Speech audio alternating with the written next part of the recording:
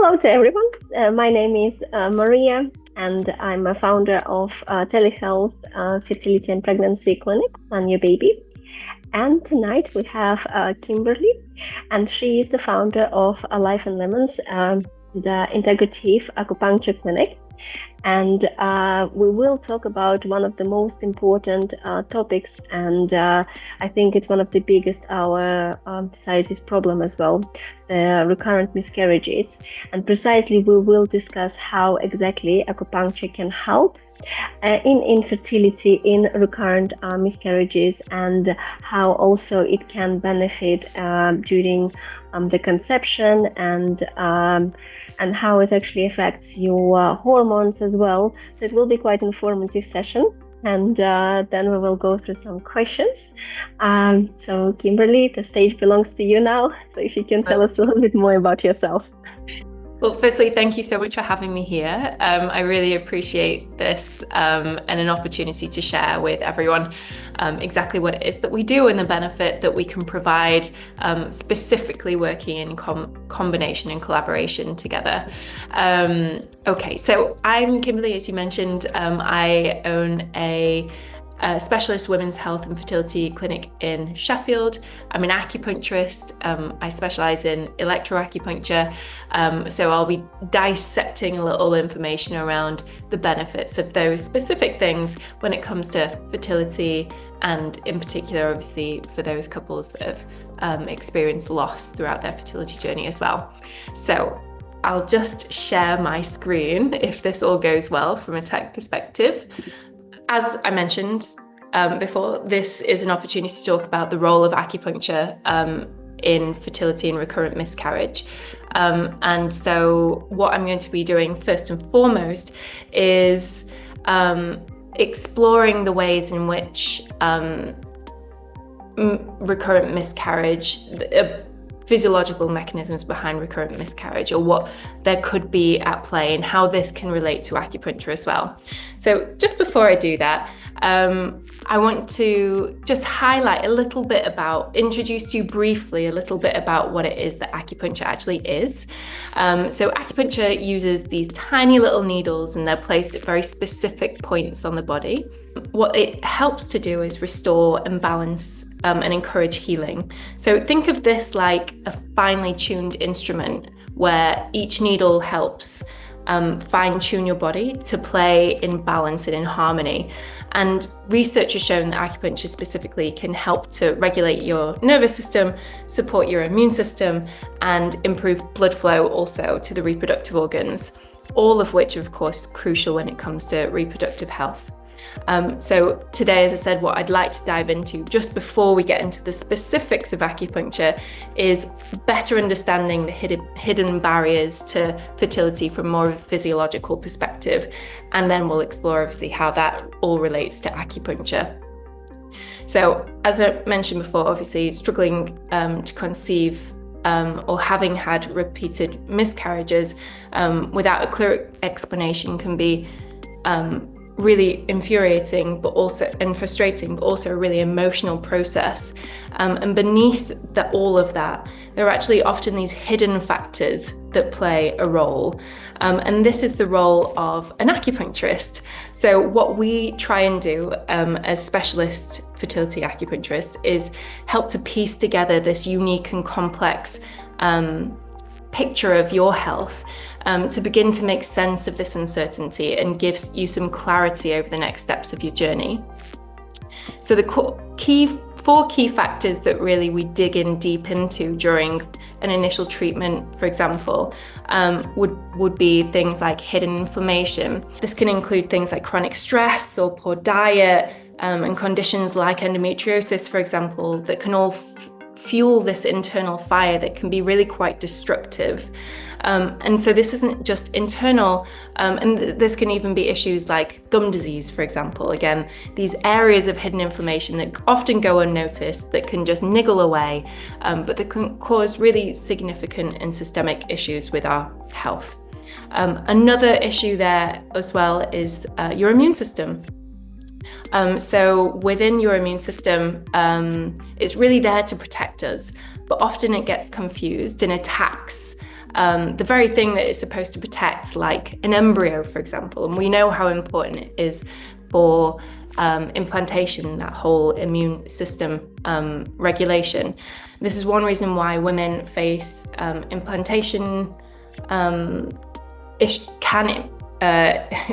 experience implantation issues, again, when it comes down to that immune system dysregulation.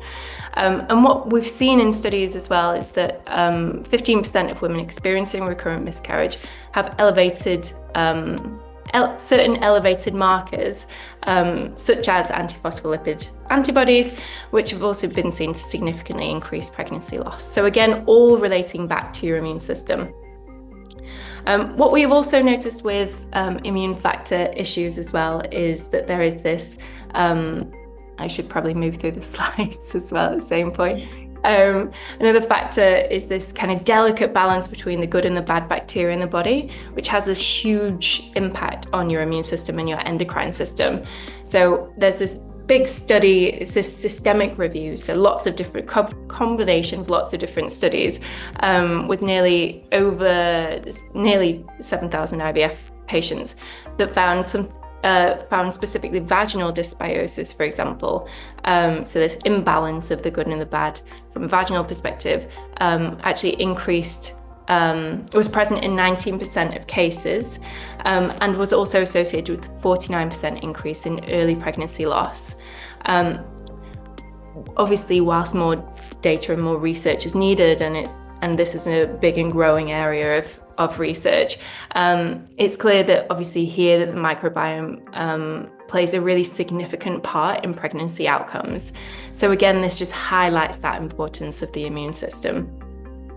A third aspect that we really focus on within clinic and kind of dig in deeper into building a picture of is looking at your hormonal imbalances, if there are any. This would be looking at things like, so if they've become unbalanced, it can disrupt things like ovulation and implantation, and common but often undiagnosed issues like thyroid dysfunction or low progesterone or luteal phase deficiency or defect can also make it very difficult for an embryo to implant and develop properly, for example.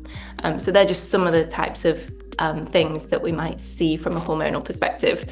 And then on to one of my favorite parts of all of this is male factor issues, which is often really overlooked, but it plays such a equally and crucial role when it comes to conception, because of course this is 50% of a whole, that whole picture. And male factor issues contribute towards 50% of infertility cases, and it's one of the biggest misconceptions that if a couple has had a baby before, that they won't struggle to conceive again. But secondary infertility, which is difficulty conceiving after already having had a child, affects around 11% of couples, with male factors accounting for about a third of these cases. So again, really, really significant issues here. And again, just to highlight, because again, it's something that I'm really passionate about. Men also have a biological clock, so it's also not true that it's always the woman's age that is the significant issue here within trying to conceive. Sperm quality declines with age, and it also has a capacity to increase the risk of miscarriage and genetic abnormalities as well. And research shows that for men over 40, the risk of miscarriage rises to 33% compared to the 17% or so with those in their early 30s. So again, just highlights that age is a factor, but male factor infertility or male factor issues are really significant when it comes to infertility, unexplained infertility, and recurrent miscarriage.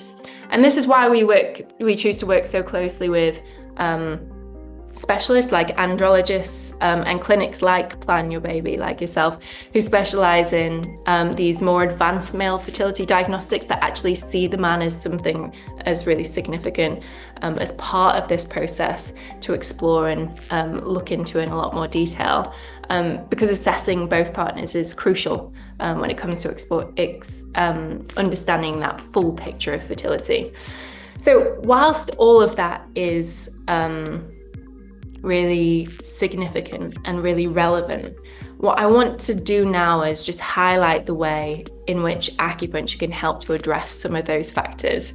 But firstly, just highlighting that acupuncture is never the answer. It's not the cure.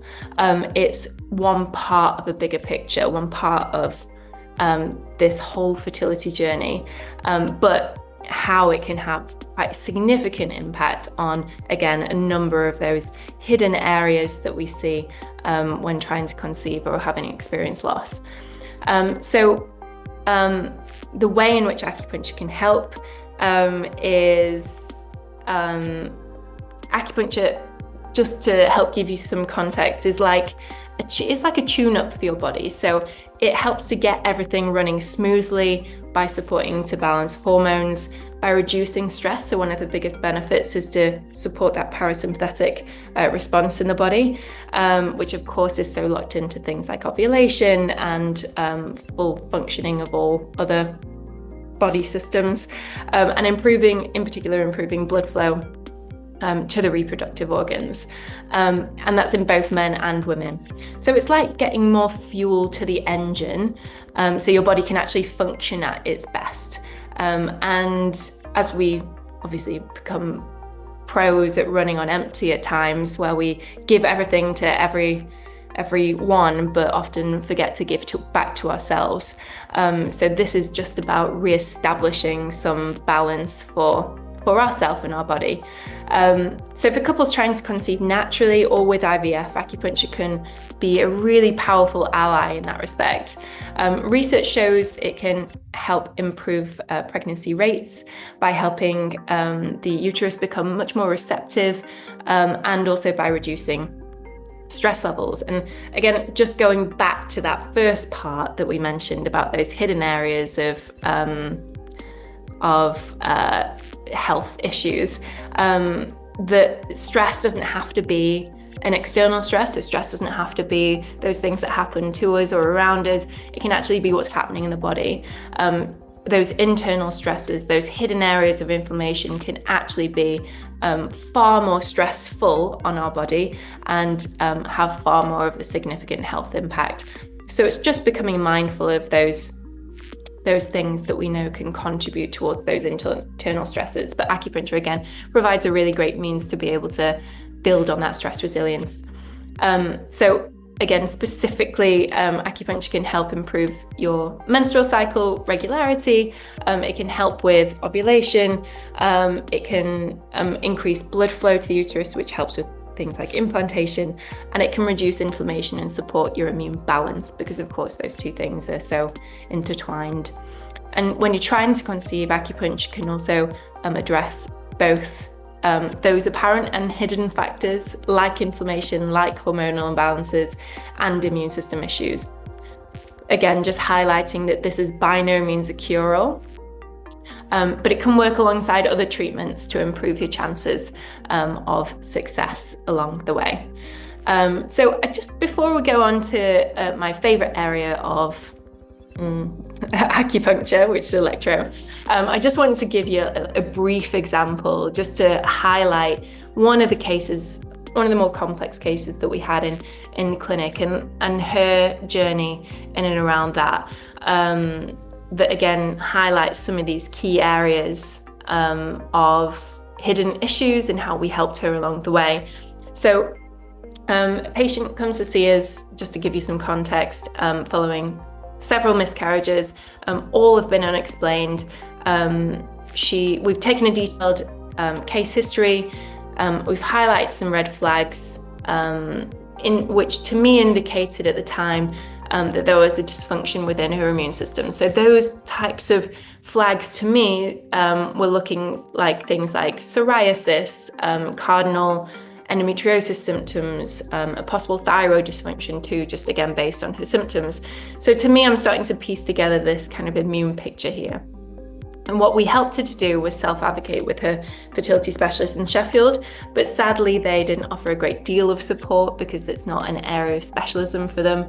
Unfortunately, we have to send most of our patients down south, or in this instance, of course, now Plan Your Baby offers such an incredible support remotely, then that we could have leaned on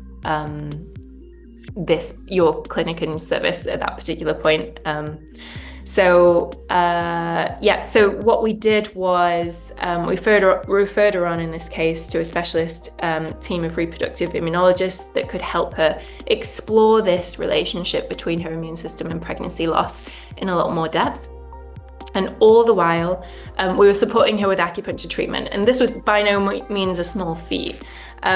We were working with her really intensely for about 4 to 6 months. And usually they were weekly treatments or fortnightly treatments. And that's where we start to notice these really significant reductions in her autoimmune symptoms or immune symptoms, and those flares that she was experiencing as well. So that included helping to regulate her cycles, reduction in hormonal symptoms, and a really strong positive ovulation each month. So they were the tangible things that we really saw. And in this particular instance, this patient went on to conceive naturally with the support of further specialist immune support, but alongside the acupuncture as well, and now has a healthy little boy.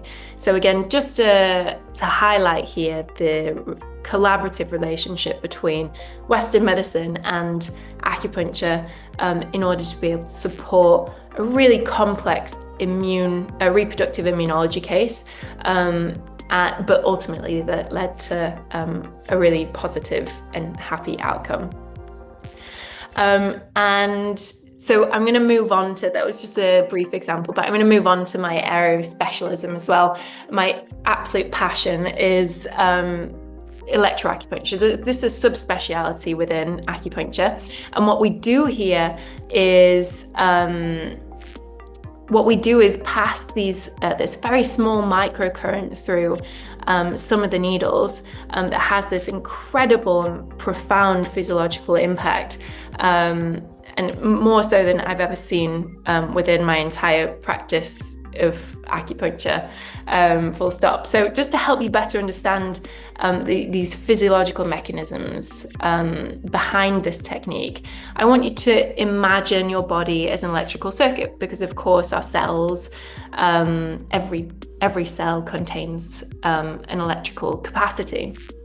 We are in essence electrical beings, and everything works better when there's this strong flow of electricity, when there's this great electrical potential within our cells.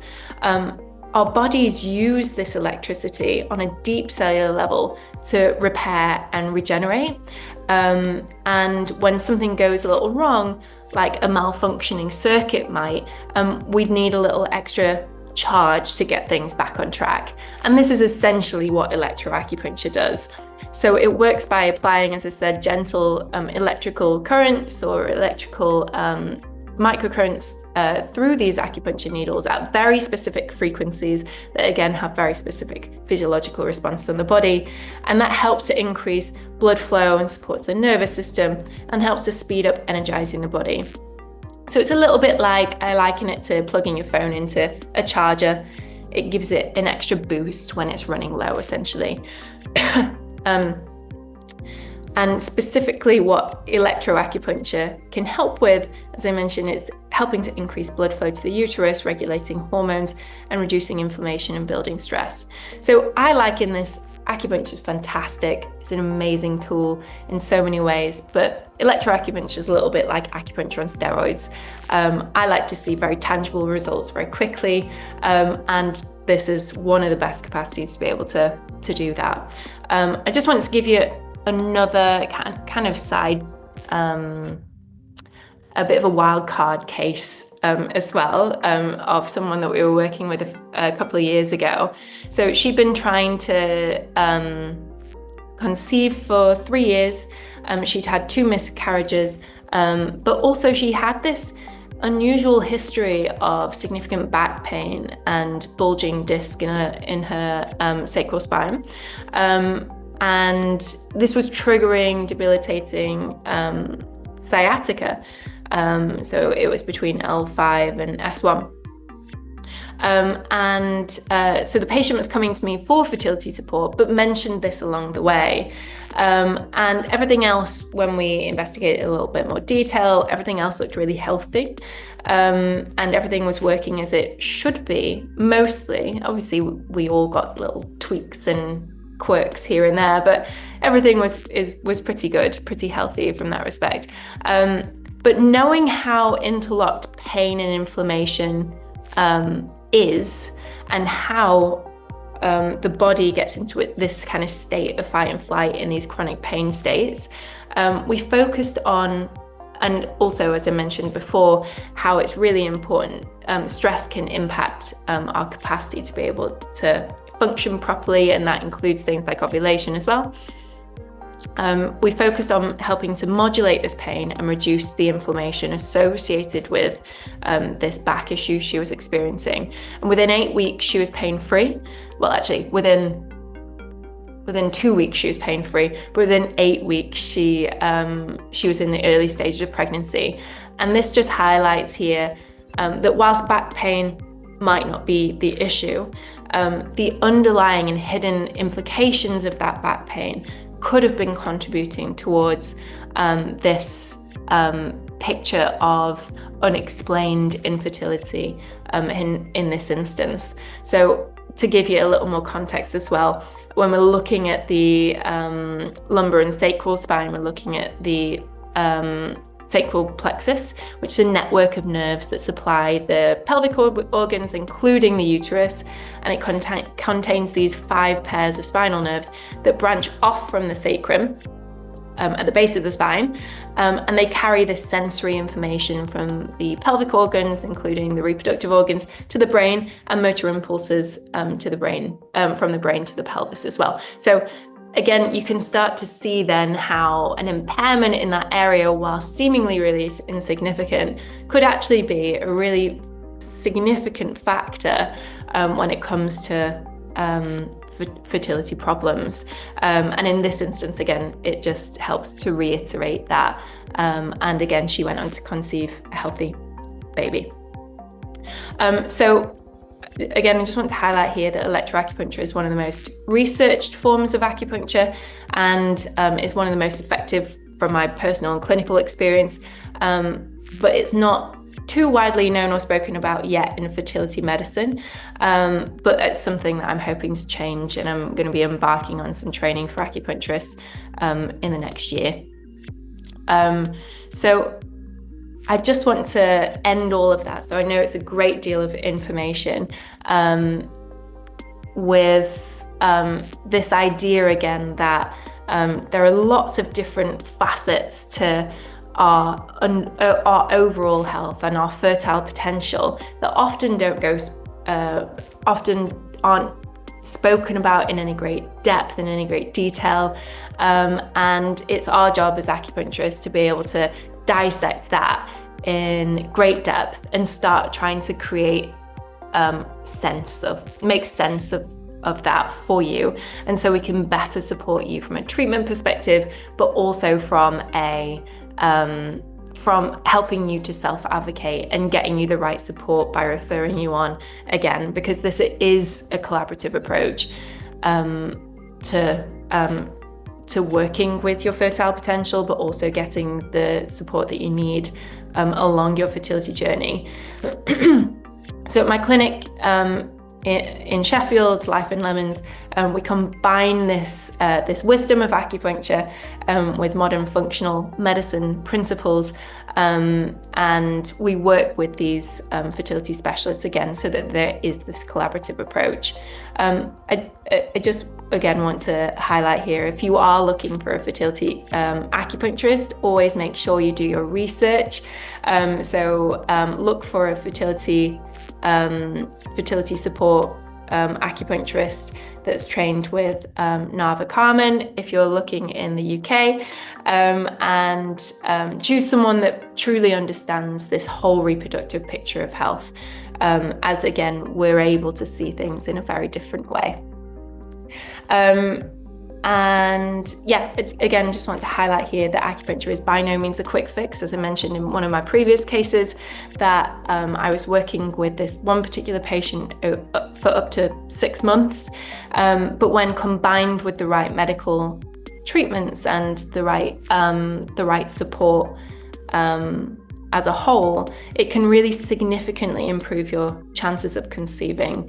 The journey, obviously, to conception, especially after loss, can feel incredibly overwhelming. But with the right support, you can help to rebuild that trust in your body's capacity and confidence in your fertile potential again. I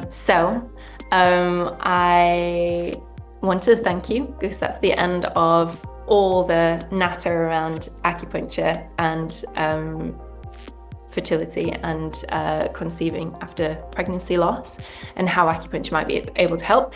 I understand there are a few questions, which I'm not sure we have time for, but equally, I don't know what you think, but I'm happy to answer them if we have time. Thank you so much for such a brilliant presentation. And honestly, I think what you do is just, a gold for the patients, because they not only can have someone who will be able to help them, perhaps at the stage where they either don't know where to go, or they maybe didn't find a clinician as a clinic, if it's IVF treatment or any significant investigations needs, so you can actually direct them, collect the full medical history, and then combine both approaches together. So I think this is just fantastic. We actually have time, and if you don't mind, I just will ask you a few questions that we've been asked so many times from our patients. And at our clinic, Plan Your Baby, we do recommend acupuncture alongside the treatment, which can be just a non-invasive treatment for infertility or IVF cycle during the pregnancy as well. And it is quite sad that we still have 1 in 4 pregnancies ending as a miscarriage. It's always breaking my heart when I see patients with 3, 4, even more miscarriages.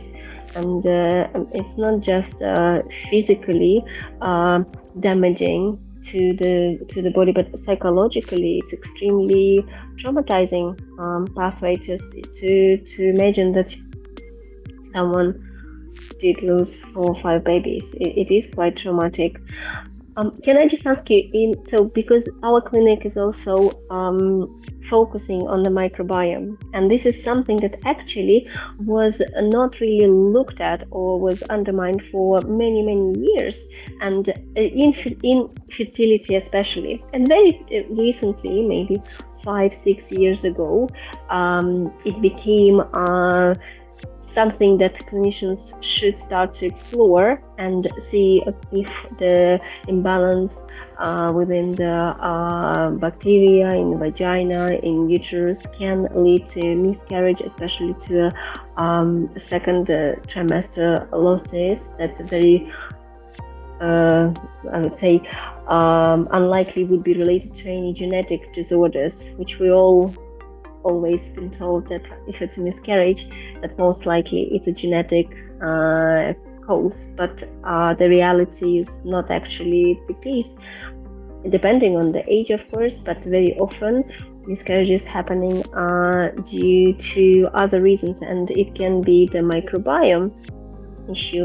It can be, like you said, immunological factor, which is not looked at by many clinics, and unfortunately it's quite common. So I would say patients who are suffering from infertility, 10% of those would actually be affected by reproductive immunology factors. I just wanted to ask you, so to start the process, for example, so if the patient contacts you and attends the first appointment, at what stage would you introduce, let's say, vaginal microbiome testing, or you would identify that patient needs further investigations or, tests performed? Mm-hmm. So we do that in the initial treatment consult. So I spend 90 minutes in that first appointment with my patients, gather all that information, dissect it in more detail, and then make some best recommendations that could include some support elements, but there's often some functional tests in there. And that includes those things like microbiome testing. Specifically, I'm really interested, obviously, in vaginal microbiome and how much of an impact that can have just on gynae symptoms, as well as the progression of things like autoimmune conditions like endometriosis, and of course, when it comes to things like infertility and miscarriage as well. So we would introduce it straight away. Patient uptake is different. So unless they're symptomatic, from our perspective, it becomes very difficult to reiterate the importance of how significant that is and how important it is for them and their partner to look at that in a lot more detail. And often it's the case, in particular, if they're going through NHS treatment and kind of on that roller coaster, that they won't necessarily immediately consider those functional tests because they're not recommended within the NHS. We know why. Obviously, there is a limited scope here in the UK to be able to for NHS to be able to recommend these really important tests that should be done straight away, but still, nonetheless, it doesn't happen.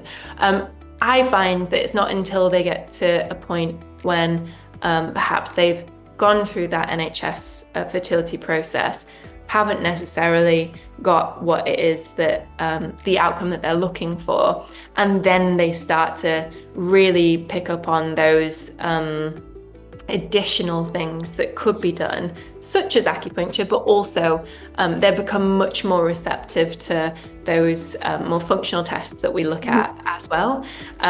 And because they're looking for answers and they're looking for explanations and they're looking for reasons, not just reasons why, but what it is they can do differently to be able to support themselves moving forwards as well. So again, we had another amazing case recently, just to highlight.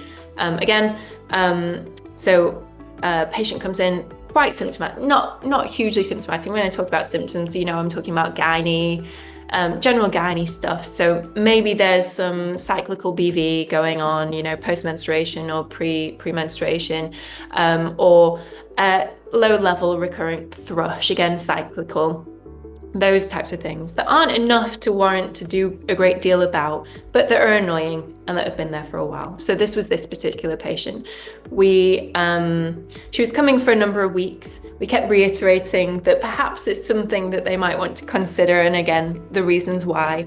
And it wasn't until her symptoms started to flare more one cycle that she was like, oh, okay, yeah, maybe I'll do it.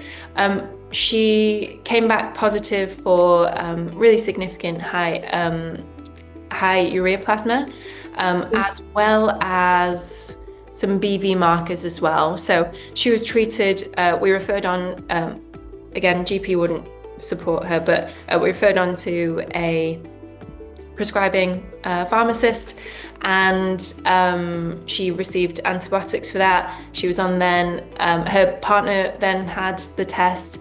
He came back positive, had the antibiotics again. They were both going through that process alongside another 6 to 8 weeks of specialist probiotics, and then they went on to conceive again naturally after that process. And so whilst, we can't say for sure that was that, they'd been trying for a long time before, everything had come back unexplained.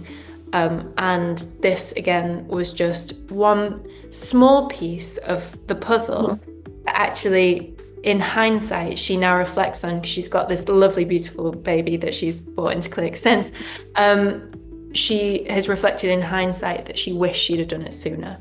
And so what we can do is only guide and recommend, but we do recommend doing it sooner rather than later, more so than anything. From our perspective within clinic, we're much more a fan of test than treat, rather than just treat. And that goes for not just medical issues, medical treatment, but also supplements as well.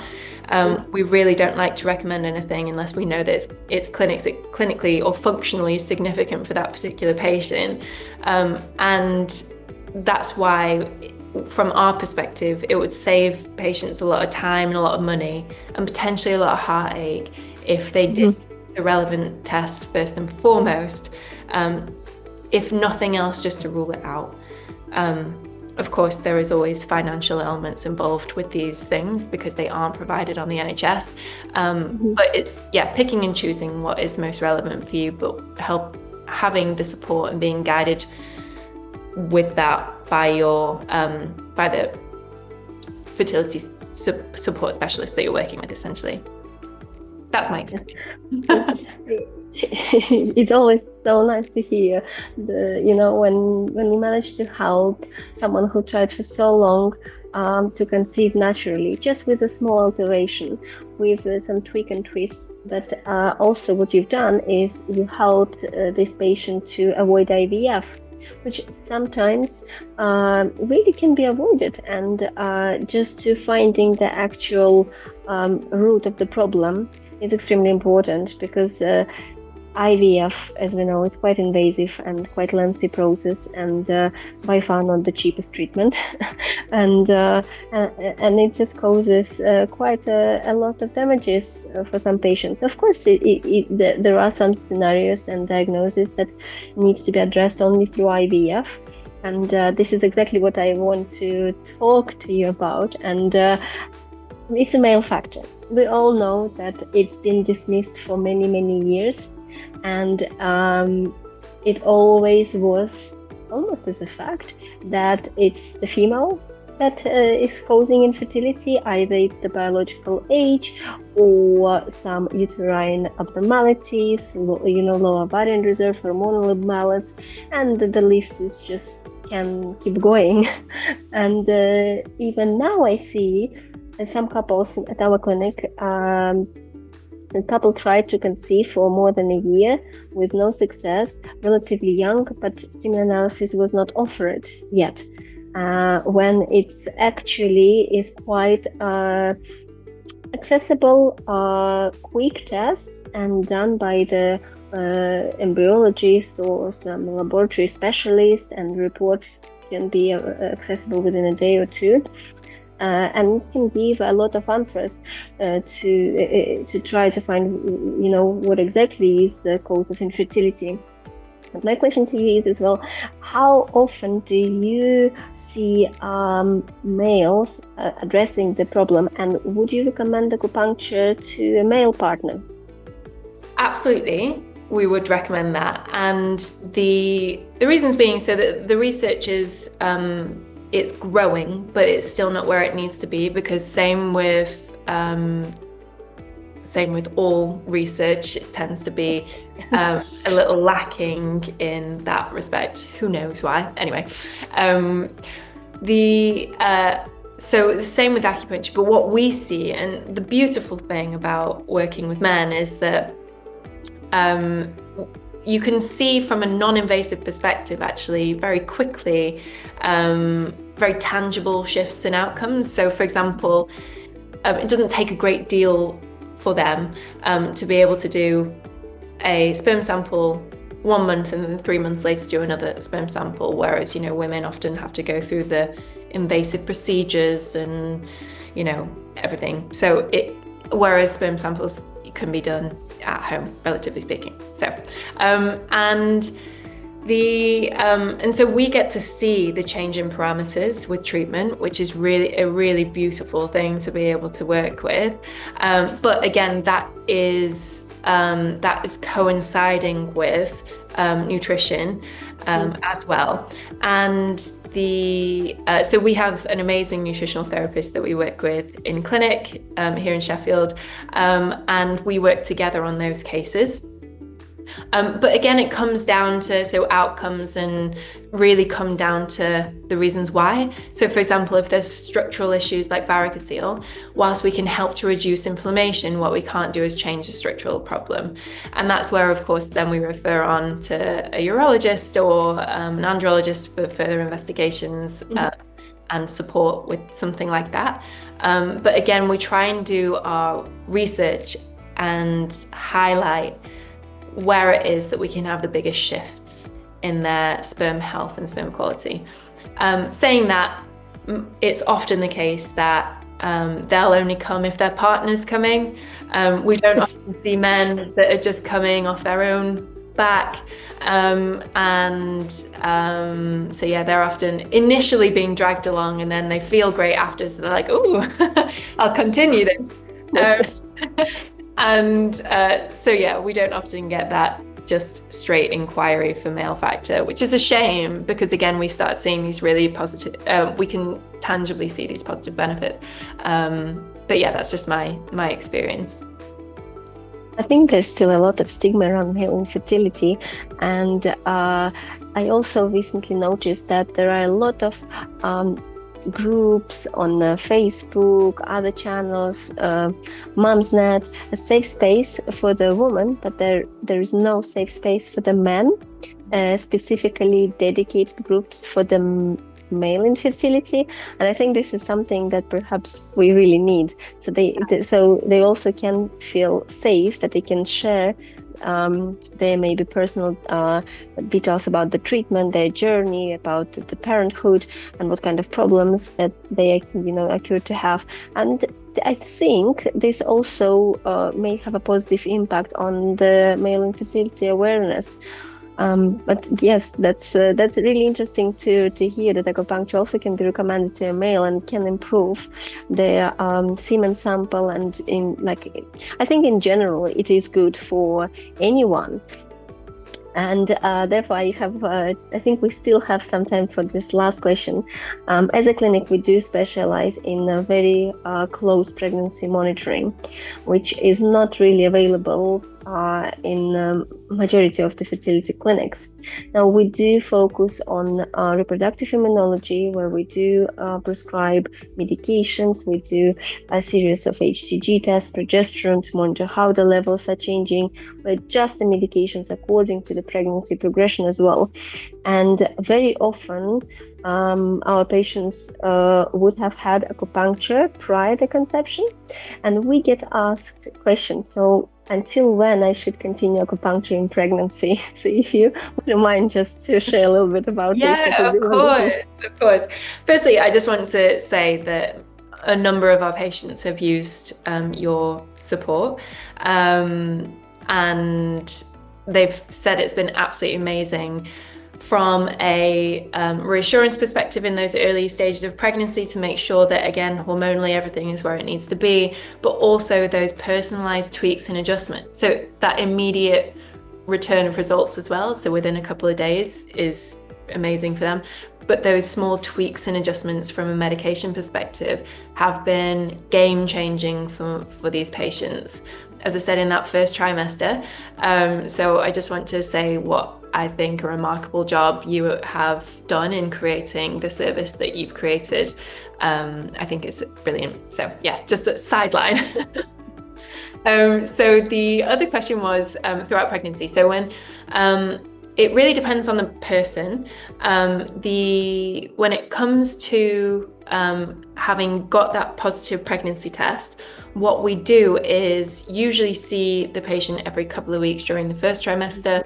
That might be once a week if that that patient is very symptomatic, so it can really help with pregnancy symptoms. or B, there is a fear, anxiety because of previous pregnancy loss. Again, it can just help to settle the nervous system. Or C, there is it's a kind of high risk pregnancy as well. We would see them during that time just to help support their overall general health, and as hormones are changing quite a lot. So usually it's every couple of weeks, and usually that's enough for our patients, but it could be every other week. After that, we're looking at seeing our patients again, maybe once a month, just checking in, supporting where they are in their pregnancy. So as symptoms start to arise or diminish and then other ones come about, again, we can help support them on that. We start to increase the frequency again in the latter stages of the pregnancy, as and when they're looking at things like labor prep or they experience something like breech presentation. Again, acupuncture can be really great to be able to work with that. So we might start to increase the treatments again at that particular point. But again, we just assess based on where they are in their pregnancy. This is fantastic, because to be honest, I have to admit, I didn't know that acupuncture can be administered at the later stage of the pregnancy, because we very closely specialize specifically in the first trimester, and then we do support patients afterwards in the second trimester if it's really clinically needed. But otherwise, we are very happy to refer back to NHS. We have a lot of patients who said to us, we feel safe with you, so would you mind if we stay longer?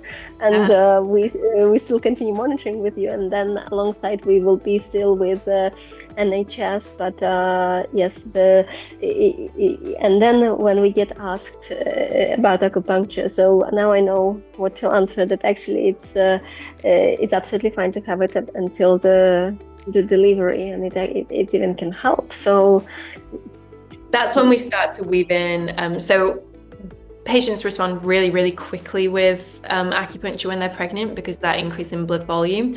And so they only need minimal intervention to actually see these really significant health outcomes. And I'm talking more about symptom management as things start to change, maybe nausea, digestive issues in that first trimester, and then pain or pelvic issues, obviously, when it comes to the last stage of pregnancy.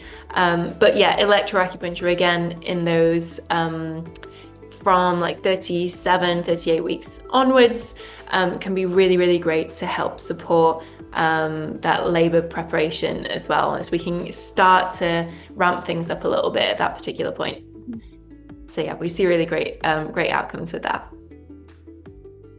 Thank you so much for shining the light on this question. I think we just slowly coming towards the end of our webinar. And Kimberley, honestly, it was such an honor to have you tonight, and thank you for such an informative session. I'm sure all of our patients will just love it. Oh, thank you so much for having me. I really appreciate it. It's been an absolute joy, and I can't wait to work with you more in the future as things grow and change and evolve. So yeah. So Kimberley, if someone wants to contact you, your clinic, how can they find you? If you can just let us know, please.